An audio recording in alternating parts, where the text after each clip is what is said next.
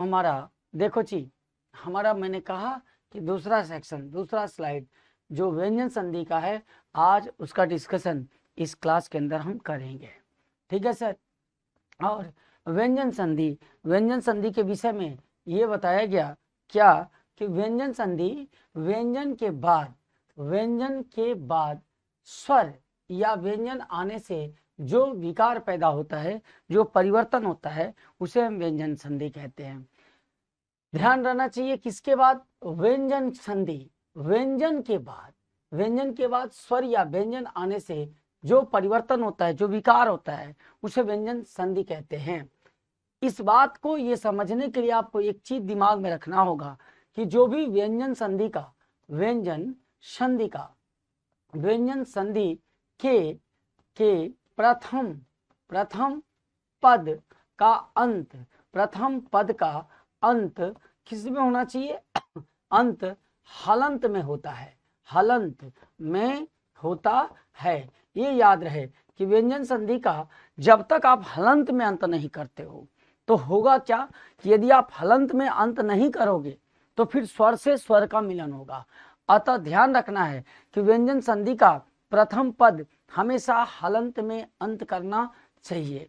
यही कारण है कि कुछ नियमों के तहत, जहां हम नियमों की बात करेंगे, परंतु यहाँ उदाहरण दिए गए कि वाक्धन इश से वागीश शब्द बना, जहां अल्प प्राण का अल्प प्राण में बदलना और महाप्राण का महाप्राण में बदलना, जिससे एक नियम बनता है कि वर्ग का पहला वर्ण तीसरे या पांचवें में बदलता है, जबकि दूसरा वर्ण चौथे में बदलता है। यानी अल्प प्राण में और महाप्राण महाप्राण में बदलता है।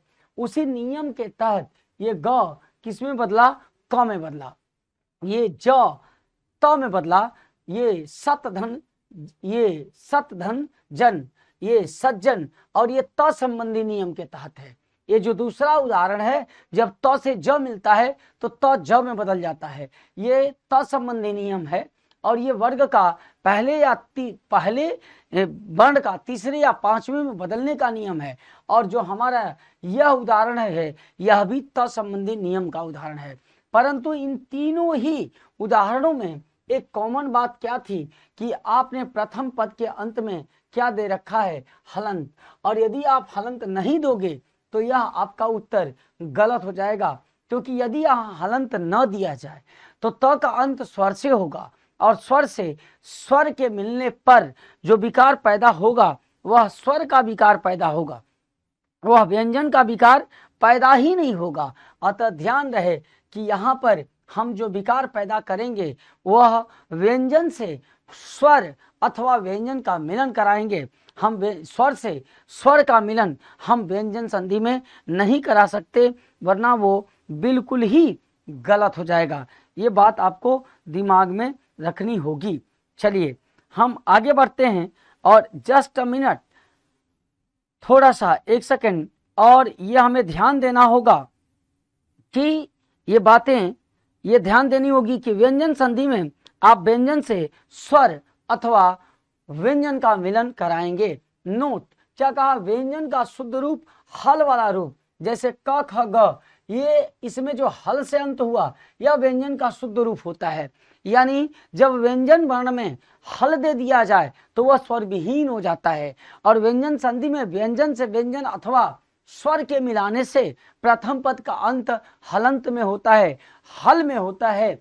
शुद्ध या मूल व्यंजन क ख ग आदि के साथ नीचे लगने वाली तिरछी रेखा को हल कहते हैं। ये बात बार बार मैं भी दोहरा रहा हूं, और यहाँ रिटन सेक्शन में भी दोहराया गया। ये बताया गया कि जो व्यंजन संधि होगी उसके प्रथम पद का अंत हल में होना चाहिए, वह हलंत से अंत करना चाहिए। ये आपके दिमाग में क्लियर होना चाहिए। चलिए अब आगे बढ़ते हैं और नियमों की बात करते हैं। ये बातें हो चुकी हैं, अब हम आगे बढ़ते हैं और व्यंजन संधि के नियमों की बात करते हैं मित्र। तो व्यंजन संधि के नियम की बात करें तो यहाँ देखो रूल क्या कहता है, दिमाग में रखना कि व्यंजन संधि में जो परिवर्तन होता है वह समानता में होता है।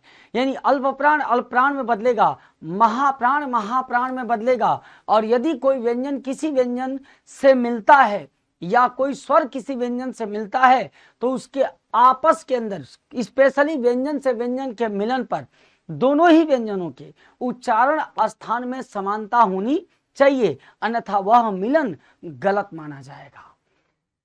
अल्प प्राण का अल्प प्राण में बदलना यानी बदलाव, ये दिमाग में रखना कि जो बदलाव होता है, बदलाव और मिलन यानी कि मेल, बदलाव और मेल हमेशा, बदलाव और मेल हमेशा किसमें होता है? समानता में। ये बात हमेशा याद रखेंगे आप। अगर ये याद रखेंगे तो व्यंजन संधि आपसे क्लियर रहेगा।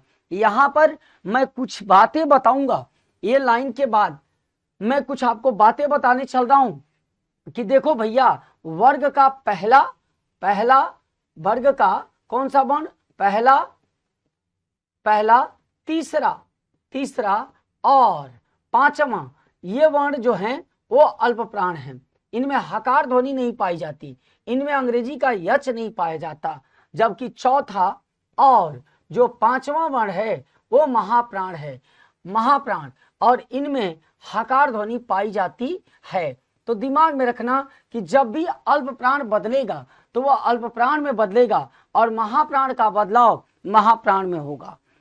इसी नियम के तहत जो व्यंजन संधि का पहला नियम बना, क्या कहता है कि वर्ग के पहले वर्ण का तीसरे में परिवर्तन होता है, क्योंकि अल्प प्राण में बदलता है। जैसे यहां दिया, किसी वर्ग के पहले वर्ण क च ट त और प का मेल, क च ट त प का मेल किसी स्वर अथवा किसी वर्ग के तीसरे वर्ण ग ज ड द ब, यानी ये तीसरा वर्ण, पहला वर्ण तीसरे या पांचवें में, चौथे वर्ण च छ ज अथवा अंतस्थ य र लव के किसी वर्ण से होने पर वर्ग का पहला वर्ण, याद रखना वर्ग का पहला वर्ण अपने ही वर्ग के तीसरे या पांचवें में बदलता है।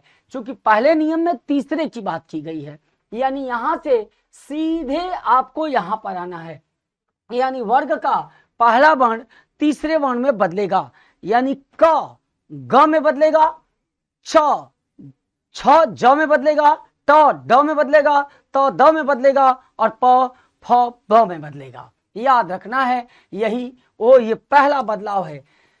यहां उदाहरण दिया गया कि क का ग हो जाना, क यानी पहला वर्ण जो है, वर्ग का जो पहला वर्ण क है वो व्यंजन संधि में विकार पैदा करते हुए ग में बदलेगा, जो च है वो ज में बदलेगा, ट जो है वो ड में बदलेगा, त जो है वो द में बदलेगा और प जो है वो ब में बदलेगा। ये पहला है, ये तीसरा है। ये यहाँ पर मैं मार्कर चेंज कर ले रहा हूं, ये पहला है और ये तीसरा है, ये पहला है, ये तीसरा है, ये पहला, ये तीसरा, ये पहला और ये तीसरा, पहला तीसरे में बदल जाता है। इसी आधार पर उदाहरणों की बात करते हैं तो दिक धन गज, क के बाद ग आया तो क किस में बदल गया? ग में, यानी पहला वर्ण तीसरे में बदलेगा। अजंत, यहाँ शब्द अजंत है और यहाँ च और अ है, तो यदि च है तो च बदलेगा ज में, च बदलेगा ज में, और देख रहे हो च ज में बदला हुआ है। यही कारण है कि अजंत की संधि अचधन अंत होगी, दिगंत की संधि दिकधन अंत होगी, दिग्गज की संधि दिकधन गज होगी, और खटानन की संधि यहाँ ये ट है तो ये ड में बदल जाएगा, खटधन आनन होगी।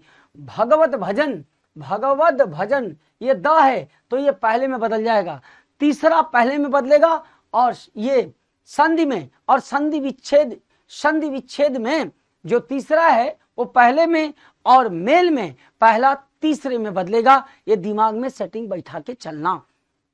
तो भगवत भजन, भगवत धन भजन, उसी आधार पर अब्ज जो है, अब्ज यहाँ जो वर्ग का तीसरा वर्ण है वो किस में बदला? प में बदला। अप धन ज, यानी तीसरे पहले का तीसरे में बदलना, यह व्यंजन संधि का पहला नियम है।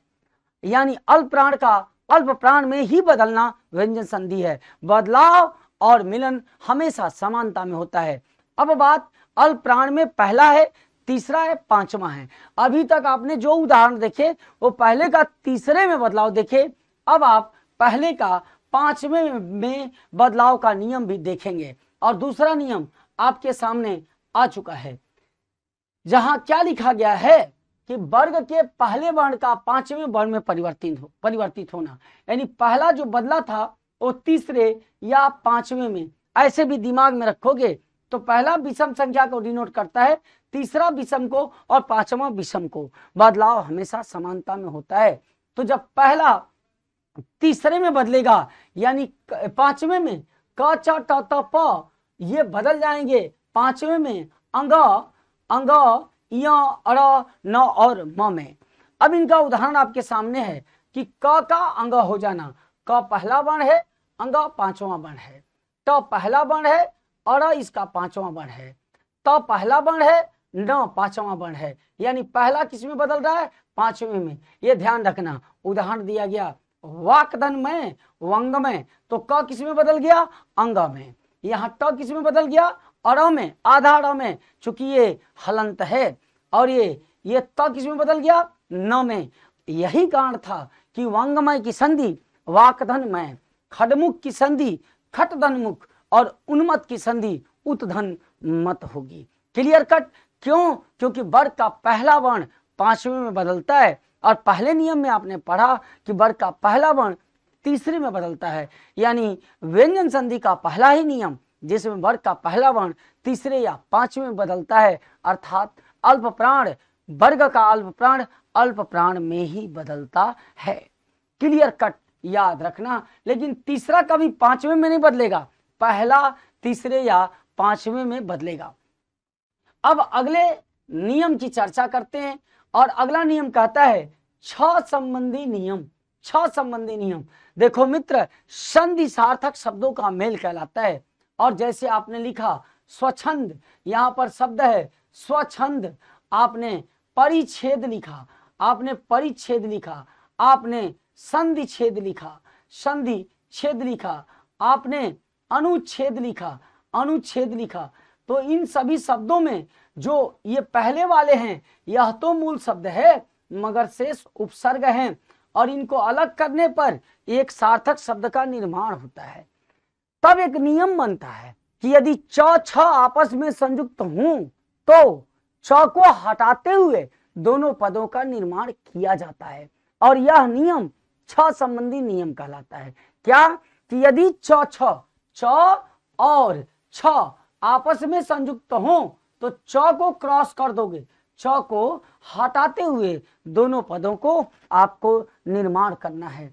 यहां लिखा होगा किसी भी ह्रस्व स्वर या आ का मेल छ से होने पर छ से पहले च जोड़ दिया जाता है। जैसे इतना बवंडर टाइप में रूल याद मत करो, याद रखना कि च छ आपस में संयुक्त हों और तो च को हटाते हुए यदि दोनों शब्द सार्थक बन रहे हैं तो वह संधि व्यंजन संधि के अंदर डिनोट की जाएगी। जैसे एग्जाम्पल स्वच्छंद, स्वच्छंद, और संधि क्या हो गई, स्व धन छंद, क्योंकि इसमें यहां पर स्व मूल शब्द है, च हट गया और शब्द बना छंद।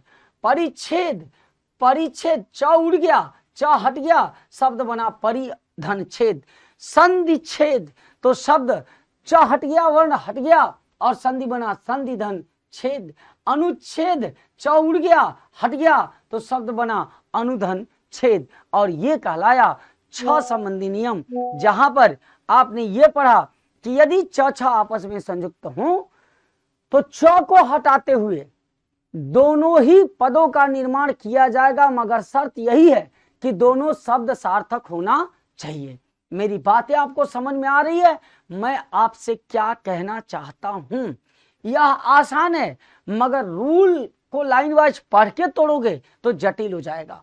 बस ध्यान रखना है, च छ आपस में संयुक्त हैं और च को हटाने से दोनों ही सार्थक पद बनते हैं, तो च को हटा दो, क्योंकि संधि सिर्फ वर्णों का मेल नहीं है, वर्णों के मेल से उत्पन्न विकार से दोनों पद सार्थक भी होने चाहिए। अगर नहीं इसके बाद भी सार्थक होते तो वही विसर्ग का जन्म होता, जो आप विसर्ग संधि में पढ़ोगे। अब आगे आया रूल नंबर 4, और रूल नंबर 4 त संबंधी नियम बहुत इंपॉर्टेंट है कि यदि त के बाद च छ हो तो त का च हो जाता है। याद रखना, याद रखना एक बात मेरी कि त से त प्लस क वर्ग का कोई वर्ण नहीं मिलता, त से च वर्ग का 4 वर्ण मिलता है, 4 अंगा नहीं मिले, ये इया नहीं मिलेगा, पंचमाक्षर नहीं मिलेगा, त से त वर्ग मिलेगा, और पंचमाक्षर नहीं मिलेगा, त से त वर्ग मिलेगा, और त से प वर्ग नहीं मिलेगा, क्योंकि प वर्ग के उच्चारण के लिए होठ चाहिए और त के उच्चारण के लिए होठ की जरूरत नहीं, और कंठ के उच्चारण के लिए क वर्ग के उच्चारण के लिए कंठ चाहिए, जबकि त के उच्चारण के लिए कंठ की जरूरत नहीं। और हमने कहा शुरू में ही कि मिलन और बदलाव हमेशा समानता में होता है, इसलिए त से मिलने का अधिकार च छ ज या झ को है, त से मिलने का अधिकार ट ठ ड और ढ को है, त से मिलने का अधिकार त थ द ध, और उसी वर्ग का न है तो उसमें बदल जाएगा, लेकिन त से वर्ग नहीं मिल सकता। इसी नियम के तहत चौथा का पहला नियम बताया गया है कि त के बाद यदि च या छ हो तो च का या छ का त हो जाता है। जैसे देखो उच्चारण, उत्धन चारण, और यहाँ त के बाद च आया तो त किसमें बदल जाएगा, छ में। त से मिलन किसका हुआ, च वर्ग के प्रथम वर्ण छ का। उच्चरित्र, उत्धन चरित्र, त से च मिलेगा तो त अल्पप्राण में ही बदल जाएगा, क्योंकि त भी अल्पप्राण है और च भी अल्पप्राण है।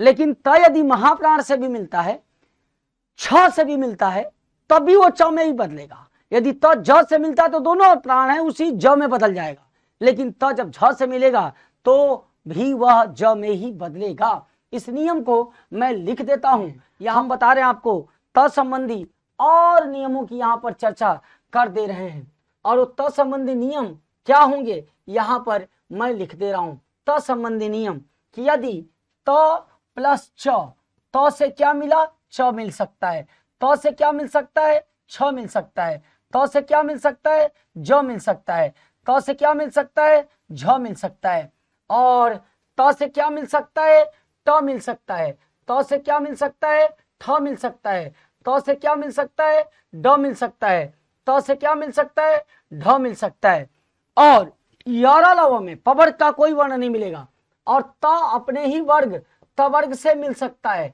और त अंतः अवस्था में ल से मिल सकता है, ल से मिल सकता है, और त तालव्य श से मिल सकता है, और त ह से मिल सकता है। ये त संबंधी सारे नियम मैंने बोर्ड पे लिखा। चूंकि जब अल्पप्राण अल्पप्राण से मिलेगा तो त उसी में बदल जाएगा, चूंकि त भी अल्पप्राण है, च भी अल्पप्राण है। लेकिन यदि एक अल्पप्राण महाप्राण से मिलता है, महाप्राण का मतलब जिसमें अंग्रेजी का यच आके जुड़ता है, हकार ध्वनि आके पैदा होती है, वो महाप्राण है, तो महाप्राण से मिलने पर भी अल्पप्राण में ही बदलता है। तो च से मिलने पर च में बदलता है, च में ही बदलता है, लेकिन छ से मिलने पर भी च में ही बदलता है, क्योंकि अल्पप्राण महाप्राण से मिलने पर भी अल्पप्राण में ही बदलेगा। तो ज से मिलने पर ज में बदलता है, लेकिन झ से मिलने पर चूंकि झ महाप्राण है, यह अल्पप्राण ज में ही बदलेगा। तो ट से मिलने पर तो ट में बदल जाएगा, अल्पप्राण है, लेकिन ठ से मिलने पर भी ट में ही बदलेगा। तो ड से मिलने पर तो ड में बदल जाएगा, अल्पप्राण है, लेकिन ढ से मिलने पर भी ड में ही बदलेगा। तो जब अपने तवर्ग से मिलेगा तो वह तीसरे या पांचवें में बदलेगा, और तीसरा वर्ण द है और पांचवा वर्ण न है, तो द या न में बदलेगा। यदि त ल से मिलेगा, दोनों अल्पप्राण है, तो त ल में बदल जाएगा। यदि त श से मिलेगा तो त, ये दोनों बदलते हैं, और वहां त जो है त किसमें बदलेगा, च में, और स बदल जाएगा छ में। जब त ह से मिलेगा तो त द में बदलेगा और ह ध में बदलेगा। ये नियम याद रख लेना, ये नियम कहीं ना कहीं कलम कॉपी से नोट कर लेना, जो मैंने अपने अभी अभी रिटन सेक्शन में लिखा, अभी यहां पर बताया आपको कि त छ से मिलने पर त च में ही बदलेगा, छ से मिलने पर भी च में बदलेगा, ज से मिलने पर ज में बदलेगा, झ से मिलने पर भी ज में बदलेगा, तो ट से मिलने पर तो ट में बदलेगा, ठ से मिलने पर भी ट में बदलेगा, ड से मिलने पर तो ढ में बदल जाएगा, लेकिन ढ से मिलने पर भी ड में बदलेगा। तो अपने वर्ग से मिलेगा तो वह वर्ग का पहला वर्ण है, तो वह तीसरे या पांचवें में यानी द या न में बदल जाएगा। त ल से मिलेगा तो ल में बदलेगा, लेकिन त जब तालव्य श से मिलेगा तो त च में और तालव्य स छ में बदलेगा। जब त ह से मिलेगा तो त द में और ह ध में बदल जाएगा। यह नियम, ये पॉइंट्स आपके दिमाग में होना चाहिए। ये बातें थी किसको लेकर के, व्यंजन संधि को, व्यंजन संधि की ये मुख्य बातें थी। अब हम अगली हेडिंग में हमारे सामने आ रहा है अगली हेडिंग विसर्ग संधि। और अब हम विसर्ग संधि की चर्चा करेंगे। और विसर्ग संधि की चर्चा, विसर्ग संधि में देखो विसर्ग संधि क्या कहता है, विसर्ग संधि है क्या, मूल रूप से ये है क्या कि यदि दो वर्ण आपस में मिले, दो वर्णों के मेल से उत्पन्न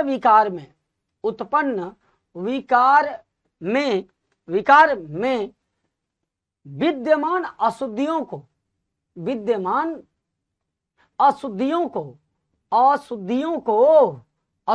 को समाप्त करने के लिए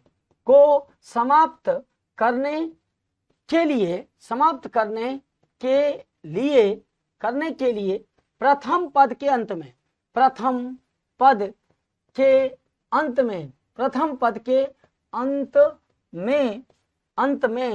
विसर्ग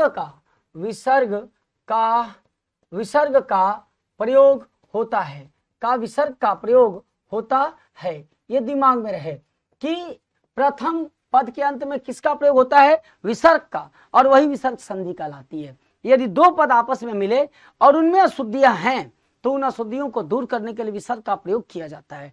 और यही सब चीजें शब्द की सार्थकता शुद्धिकरण के लिए आप नियम बनाते हो, नियम बनाए जाते हैं। और पहला नियम विसर्ग संधि का तब बन के आता है क्या कि विसर्ग के बाद स्वर या व्यंजन आने पर विसर्ग में जो विकार होता है उसे विसर्ग संधि कहते हैं। विसर्ग के बाद क्या आना चाहिए, स्वर या व्यंजन आएगा तो विकार पैदा होगा, परिवर्तन पैदा होगा, और वो परिवर्तन ही विसर्ग संधि कहलाता है। अब जैसे यहां पर शब्द तोड़ा गया, निराहार उदाहरण दिया गया, तो यदि हम शब्द देखें तो यहां पर हमारी वर्णों के विकार में संधि तो दीर्घ की तरफ जा रही थी, यहां आ था और शब्द था निर्धन आहार, और इस शब्द के मेल में नीर का कोई लेना देना नहीं था, नीर से कोई मतलब नहीं था, तो यहां नीर अशुद्ध था।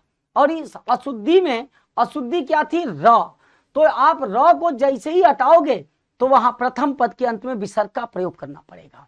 और मैंने र को हटाया और अब बन गया नी, तो हमें क्या यूज करना पड़ेगा, विसर्ग, और तब संधि हो जाएगी निधन आहार।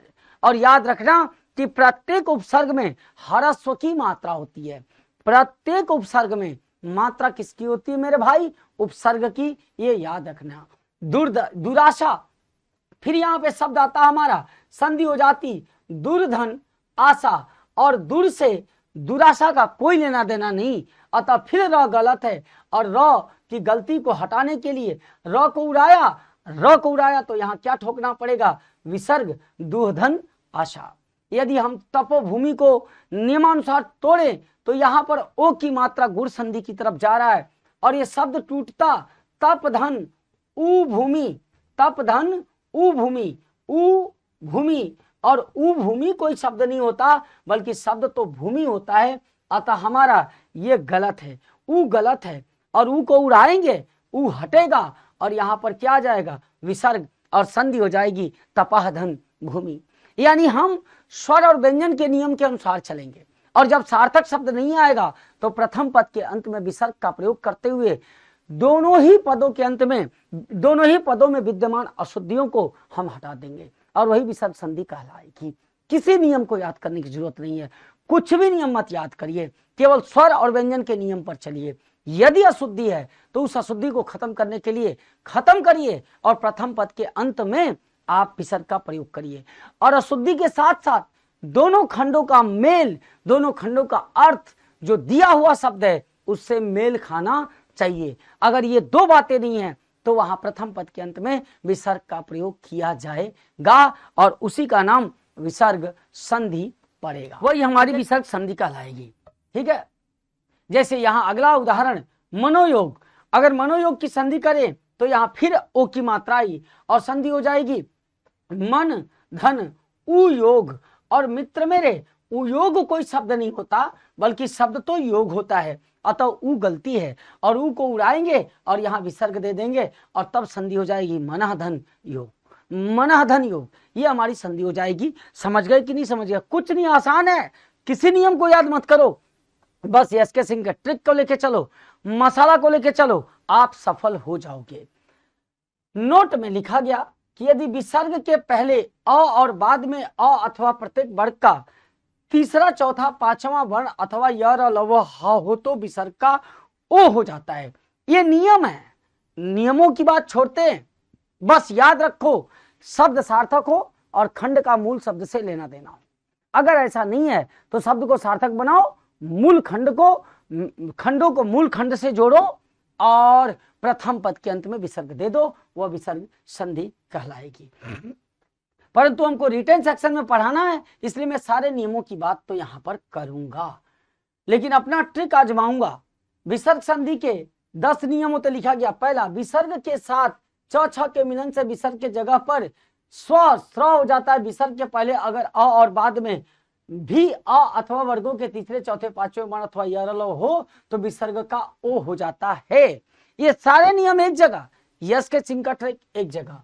देखो शब्द मनोनुकूल ओ की मात्रा दिखी, संधि के नियम के अनुसार चलो और शब्द हमारा क्या हो जाएगा, मन धन अनुकूल। मन धन अनुकूल, यही विकार तो है, अधन उ बराबर ओ।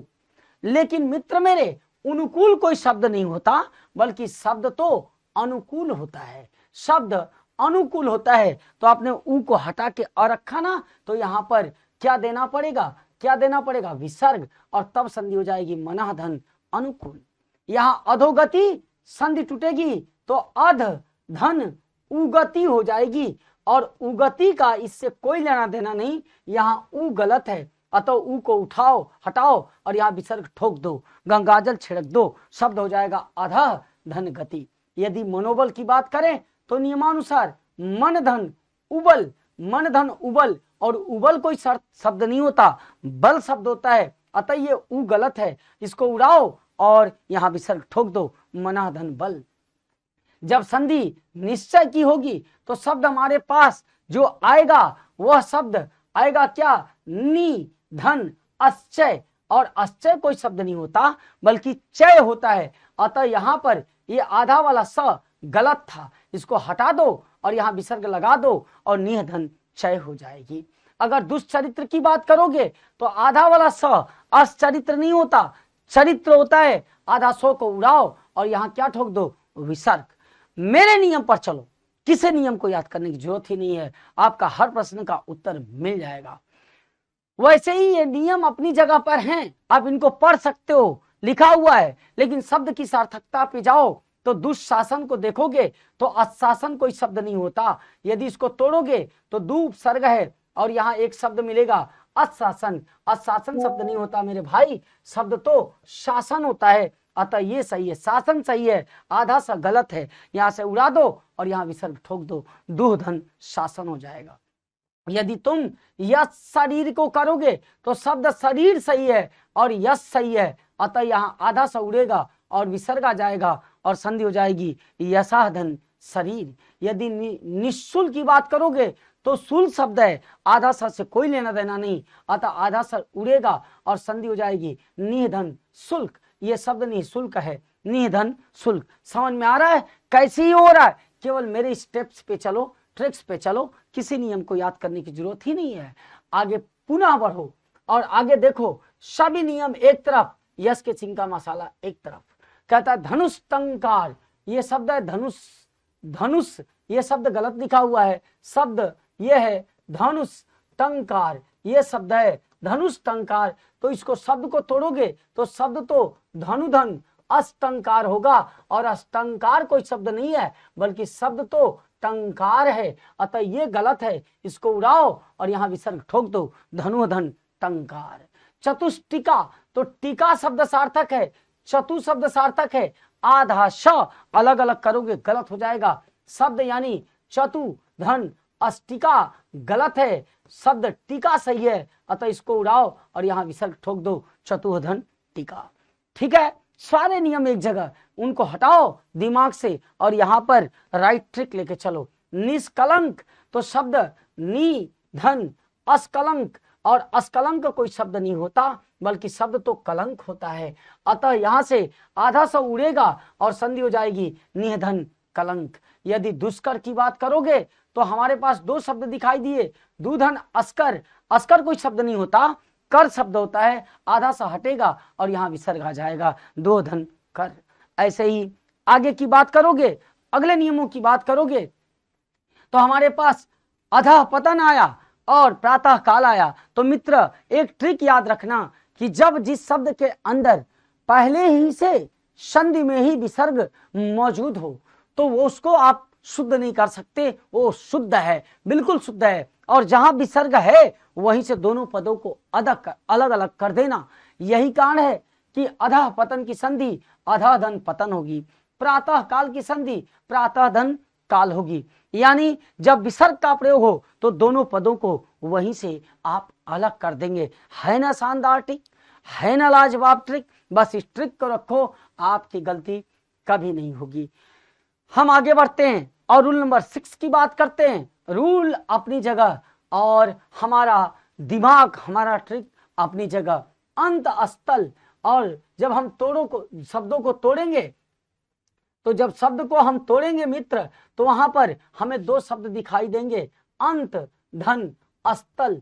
और स्थल कोई शब्द नहीं होता, बल्कि शब्द तो तल होता है। अतः ये आधा सा गलत है, तो ये हटेगा और यहां विसर्ग आ जाएगा, अंतः धन तल। यदि निस्ताप की बात करूं तो हमारे पास दो शब्द, एक उपसर्ग है नी और एक अस्ताप। और अस्ताप कोई शब्द नहीं होता, बल्कि सार्थक शब्द तो ताप है। अतः आधा सा हटेगा और यहां विसर्ग हो जाएगा, निधन ताप। समझ में आ रही है मेरी बात? है ना आसान? नियमों को गोली मारो, आप ट्रिक को रखो, रैंकर्स एजुकेटर के प्लेटफॉर्म पे हो, आप खुश रहो, ट्रिक से काम करो। यहां पर रटने की कोई जरूरत नहीं, वरना रट के पागल हो जाओगे, कुछ नहीं होने वाला है। अगर निस्संदेह की बात करूं तो यहां एक उपसर्ग दिखाई दे रहा है नी, और इधर शब्द है असंदेह। बताओ, संदेह शब्द है, संदेह की वर्तनी ये होती है कि केवल संदेह होती है, तो बोलोगे संदेह होती है। तो यहां से इसको आधा सौ को उड़ा दो और यहां विसर्ग डाल दो और संधि हो जाएगी निधन संदेह। यदि दुस्साहस की बात करोगे तो बोलो बाबू, यहाँ एक उपसर्ग दू है और एक शब्द यहाँ पर असाहस है। तो असाहस शब्द है कि साहस शब्द है? बोला साहस शब्द है। आधा सौ को हटाओ, यहां विसर्ग डाल दो और संधि हो जाएगी दुधन साहस। ये रूल है, ये ट्रिक है। यदि हम बात यहां आते हैं नीरस पे, तो नीरस में अगर तोड़े तो दो शब्द नी और रस दिखाई दिए, ये दोनों सार्थक हैं। परंतु ध्यान रहे, ये जो नी है वो उपसर्ग है और किसी भी उपसर्ग को दीर्घ में नहीं लिखा जाता, ह्रस्व में लिखा जाता है। अर्थात इसकी वर्तनी गलत है, बल्कि वर्तनी होनी चाहिए थी न पे ह्रस्व की मात्रा। और जैसे ही तुम शुद्ध बनाओगे तो यहाँ क्या आ जाएगा, विसर्ग, और पुनः संधि हो जाएगी निधन रस। अगला शब्द नीरव है, जहां पर निधन रौ, लेकिन ये नी तो गलत है ना। ये सही क्या होना चाहिए, नी। और तुमने जब सही किया, निधन रौ किया, तो यहां पर तुम्हें क्या देना पड़ेगा, विसर्ग, क्योंकि अशुद्धियों को हटाने की जिम्मेदारी विसर्ग के पास है। एक उदाहरण और लिख देता हूं जो बार बार पूछता है, शब्द निरोग, निधन रोग, और उपसर्ग नी है जिसमें हमेशा ह्रस्व की मात्रा होती है, अतः ये गलत वर्तनी है। और नौ पे छोटी ई की मात्रा करोगे वैसे ही यहाँ पर विसर्ग डालना पड़ेगा और निधन रोग, निरोग की संधि हो जाएगी। ये कैसे हो रहा है, ये बात समझ में आ रही ना कि विसर्ग में कुछ नहीं है। और नियम को याद करने बैठोगे याद नहीं होगा। बस ट्रिक रखना कि शब्द को संधि के आधार पर तोड़ेंगे, और यदि शब्द सार्थक न बने, यदि उन खंडों का मेल मूल शब्द से न हो, तो उनको सार्थकता प्रदान करने के लिए, मूल शब्द से मेल प्रदान करने के लिए विद्यमान अशुद्धियों को दूर करेंगे और प्रथम पद के अंत में विसर्ग का प्रयोग करेंगे। यही है विसर्ग संधि, और कुछ नहीं विसर्ग संधि है, क्योंकि आपकी परिभाषा ही कही गई कि वर्णों के मेल से उत्पन्न विकार संधि है। तो जो विकार के उपरांत असार्थकता है, अशुद्धि है, उसको खत्म करना ही, प्रथम पद के अंत में यूज करना ही क्या है, विसर्ग संधि है। क्योंकि विसर्ग एक विशेष सर्ग है, वो वर्ण नहीं है। और विशेष सर्ग का काम है अशुद्धि को समाप्त करना, निरर्थकता को समाप्त करना, सार्थकता प्रदान करना, शुद्धता प्रदान करना। और वो शुद्धता और सार्थकता प्रथम पद के अंत में आकर प्रदान करता है शब्दों को। Clear cut. अब हम आगे बढ़ते हैं और क्वेश्चन नंबर, ये हमारे सामने रूल नंबर 9 का है, या हम अपने ही ट्रिक पर इसको भी तोड़ के दिखा देते हैं। जैसे शब्द देखो अतएव, तो इसमें 2 शब्द मिले अत धन एव, लेकिन कोई विकार पैदा नहीं हुआ, कोई विकार नहीं पैदा हुआ। और जब विकार पैदा नहीं होगा तो तुम्हें शुद्धि तो देनी पड़ेगी, और शुद्धि देने के लिए पुनः यहाँ किसका यूज करते हो, विसर्ग का, और संधि हो जाती है अतः धन एव। वैसे ही मनौच्छेद, मनौच्छेद को करोगे तो हमारा शब्द जो हो जाएगा, ये उच्छेद शब्द नहीं है, ये गलत है।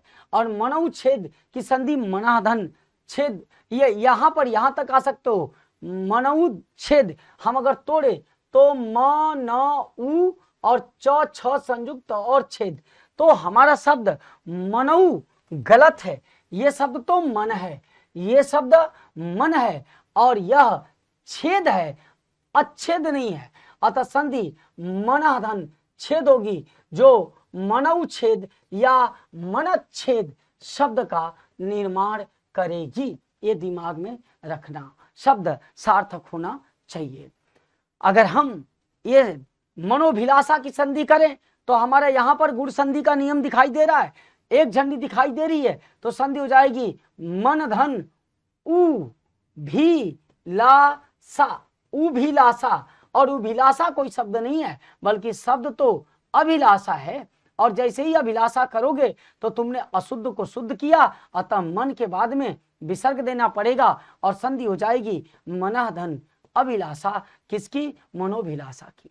यदि तुम सरोज की संधि करोगे तो नियमानुसार सरधन उज होगी, और उज कोई शब्द नहीं है बल्कि शब्द ज है, और ज का मतलब जन्म लेना होता है, जन्म लेना, जो एक प्रत्यय के रूप में प्रयुक्त शब्द है। तो अतः ये उज गलत, उ गलत, यहां से उ उड़ाओगे और यहां विसर्ग मार दोगे और संधि सरहधन ज हो जाएगी। ये कैसे हुई, ये ट्रिक से हुई, और कितना आसान है आपको ये समझना था। आप बार बार वीडियो को देख लेना, एक बार ना समझ में आए 2 बार देखना, 3 बार देखना, और तब तक देखना जब तक कि कंसेप्ट क्लियर ना हो जाए। क्योंकि रूल्स पे चलोगे विसर्ग के तो आपसे नहीं हो पाएगा, ट्रिक से चलोगे सेकंडों में तोड़ लोगे। Clear cut. आगे हम चलते हैं और कहता है कि विसर्ग संधि के अपवाद, विसर्ग संधि के अपवाद। यहां पर देखो ये अपवाद में तो डाल दिया गया है, लेकिन भाई साहब अगर इसको लड़का दिमाग लगा लिया तो वह अपवाद भी उसके लिए सामान्य बात हो जाएगी। जब पुनरावलोकन की बात करते हैं तो हमारे पास यहाँ पर शब्द, यहाँ पर हमारे शब्द 2 दिखाई दे रहे हैं, एक शब्द पुन और एक शब्द रवलोकन, रवलोकन। और भाई साहब रवलोकन कोई शब्द नहीं होता बल्कि शब्द तो अवलोकन होता है, अतः ये रवलोकन गलत है, अवलोकन सही है, और अवलोकन रखोगे तो यहाँ विसर्ग डालना पड़ेगा और संधि हो जाएगी पुनः धन अवलोकन। ऐसे शब्दों का जरा संधि याद कर लेना। पुनरीक्षण, पुनरीक्षण को तोड़ोगे तो यहाँ पर हमारा शब्द हो जाएगा पुनरी, पुनरी धन इक्षण, दीर्घ संधि होगी ना, और पुनरी कोई शब्द नहीं होता, पुनः शब्द होता है, री गलत है, अतः पुनः धन इक्षण। वैसे पुनरुद्धार, तो हमारा शब्द पुनरु नहीं होता, दीर्घ है, तो यहाँ पुनरु, उ धन उ बराबर उ, पुनरु धन उद्धार, और पुनरु कोई शब्द नहीं होता बल्कि शब्द तो पुनः होता है, अतः ये रू गलत है, और यहाँ से रू हटेगा और यहाँ विसर्ग आ जाएगा और संधि पुनः धन उद्धार हो जाएगी। वैसे ही पुनर्निर्माण की बात करें तो संधि नियमानुसार पुनः धन री निर्माण होगी, और री निर्माण कोई शब्द नहीं है बल्कि शब्द तो निर्माण है, अतः ये गलत है, इसको हटाओगे यहाँ विसर्ग आ जाएगा पुनः धन निर्माण। ये कैसे हो रहा है, बस उस ट्रिक को रखोगे कभी गलती नहीं होगी। वैसे ही अंतर, अंत, द्रवंद, अंत, अंत, तो शब्द क्या हो जाएगा हमारा, अगर टूटेगा तो अंत धन द्र, यहां से द्र वन द, जबकि शब्द तो द्वंद है, द्वंद, अतः ये गलत है और इस गलती को हटाने के लिए यहाँ विसर्ग देना पड़ेगा अंतः धन द्वंद। वैसे ही अंतर्देशीय, अंतर्देशीय को तोड़ोगे तो शब्द अंत धन री देशीय, जैसे महर्षि की संधि महाधन ऋषि होती है, री देशीय होगा और री देशीय कोई शब्द नहीं है बल्कि देशीय है, अतः री हटेगा और यहां विसर्ग आ जाएगा। वैसे ही अगर अंतर्याम की बात करेंगे तो अंतधन रियाम होगा और रियाम कोई शब्द नहीं है बल्कि शब्द तो याम है, अतः री गलत है, हटेगा और यहां विसर्ग आ जाएगा अंतधन याम।